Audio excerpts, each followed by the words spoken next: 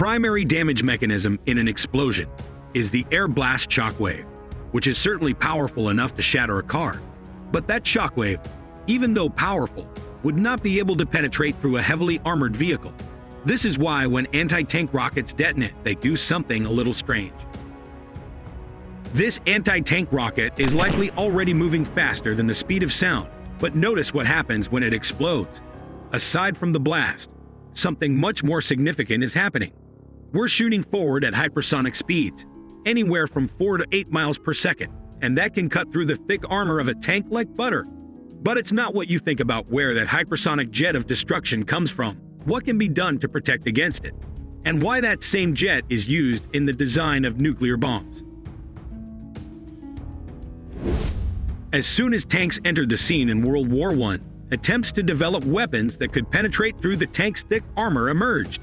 To pierce through armor, early anti-tank rifles relied primarily on the kinetic energy of metal shells. To protect the tanks, thicker and more effective armor was added, and to pierce through the thicker armor, anti-tank guns became increasingly heavier. This back and forth resulted in larger and heavier anti-tank guns that had to be mounted on wheels and towed around, rendering them ineffective against infantry on foot.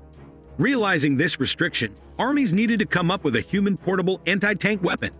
During World War II, the Soviets developed the RPG-43, a handheld anti-tank grenade.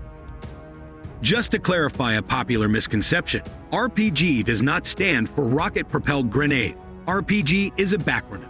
The actual acronym stands for Ono Rodovotankov Ranatom, which means handheld anti-tank grenade launcher. Even though RPG-43 could pierce through thick armor, the Soviets first had to solve a bigger problem. Being a hand-thrown grenade weighing about 3 pounds, soldiers had to get dangerously close to tanks in order to throw the RPG-43.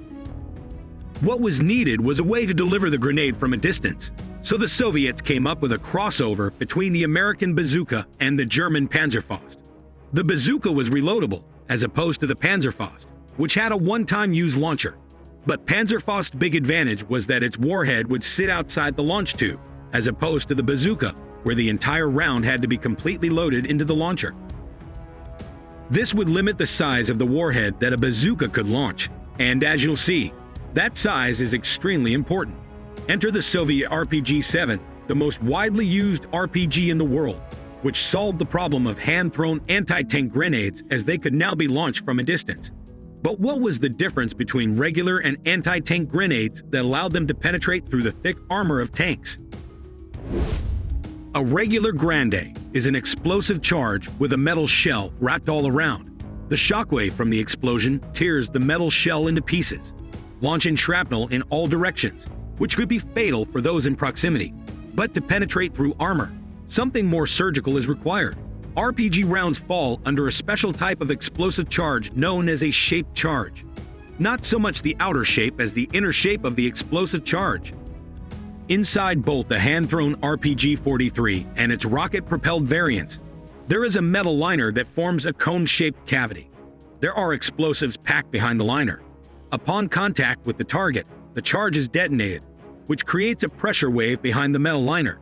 This in turn deforms the liner in a way that generates a focused jet of metal particles that shoot straight out at hypersonic speeds. It's purely the kinetic energy of the jet, not the shockwave from the detonation, that penetrates the armor. The jet's effective penetration depth is 7 times or greater the diameter of the shaped charge. This is why having the warhead mounted outside of the launch tube gave RPGs a big advantage over bazookas. The RPG's larger diameter warheads could cut through thicker armor. Once this hypersonic projectile hits the interior of the tank, it causes utter devastation, killing those inside and possibly cooking off the tank, causing the ammunition inside to explode. But shaped charges have an Achilles heel. In 2017, the city of Marawi in the Philippines was a battleground for 5 months, where government security forces fought against a number of militant groups tied to ISIS. The militants had RPG-2s, an older model that is not well suited to destroy modern tanks, but they had enough punch to destroy the thinly armored personnel carriers of the government forces. Faced with this unexpected threat, the security forces had to improvise.